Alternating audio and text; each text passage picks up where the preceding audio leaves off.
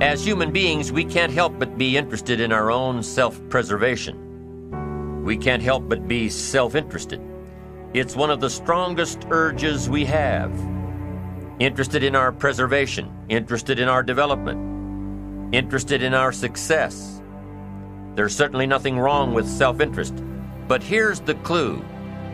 Self-interest must be enlightened as to what truly serves us best. When I found out that self-interest was okay, that was a big relief to me. Now, we're not talking about selfish. We're talking about self-interest. Self-interest needs to be educated, enlightened. Self-interest is willing to be benefited by service to others, not at the expense of others.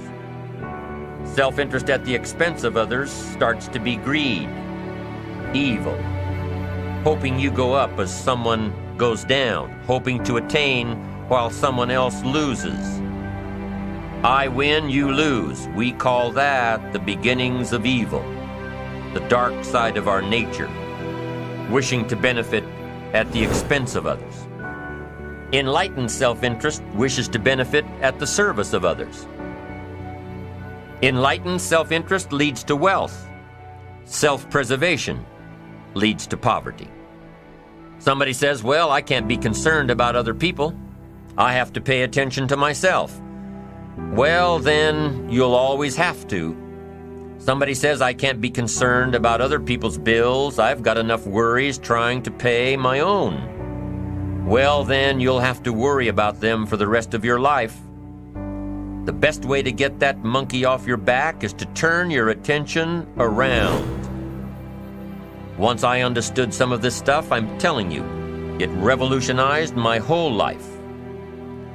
Now, self-interest is okay, yes, but here's what self-interest must be if you truly want to be happy. It must be enlightened.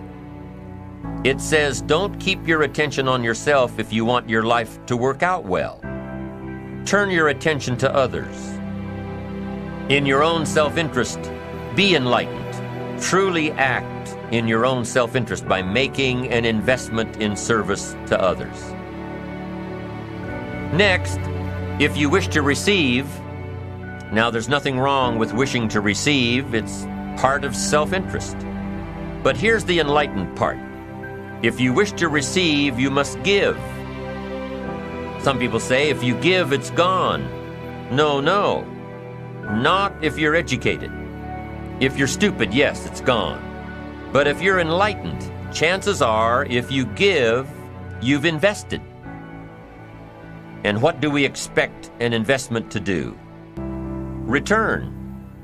Get back what you put out? No. We expect it to return multiplied. Bigger, greater, better. My father taught me way back, son, always do more than what you get paid for. Now, some individuals might argue with that. They'd say, no, you're going to mess up the whole program. I know they're wrong. In my own self-interest, I did what my father taught me, to always do more than I got paid for. Why? To make an investment in my future. Do more than you get paid for to make an investment in your future, and it's paid off for me. If you're wanting that big promotion, are you going to go up to your boss and say, just give it to me? I'll work harder if you just give me that promotion. No, it doesn't work that way. You've got to do more in your current position so that you get noticed, so you stand out from everybody else. So the boss says, hey, we've got this position opening up, and I think we should give it to Nancy. She does so much more than we expect. Just imagine what she'll do if we give her this promotion. You've got to do more than you're paid for. You've got to. It's an investment in your future. It's one thing to make a sale. I'm telling you, if you make a sale, you'll make a living. If you go beyond making the sale and serve people by keeping in touch, calling them before they call you, writing a thank you note, sales will lead to multiple sales. You can make a fortune if the customer is well taken care of. People who are well taken care of will open doors you can't get through by yourself. All of us have found ways to make a living.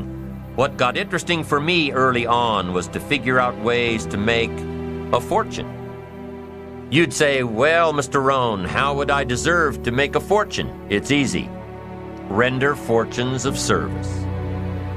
People will do things you cannot believe for people who give them good service. Here's one of the greatest gifts you can give anybody, the gift of attention.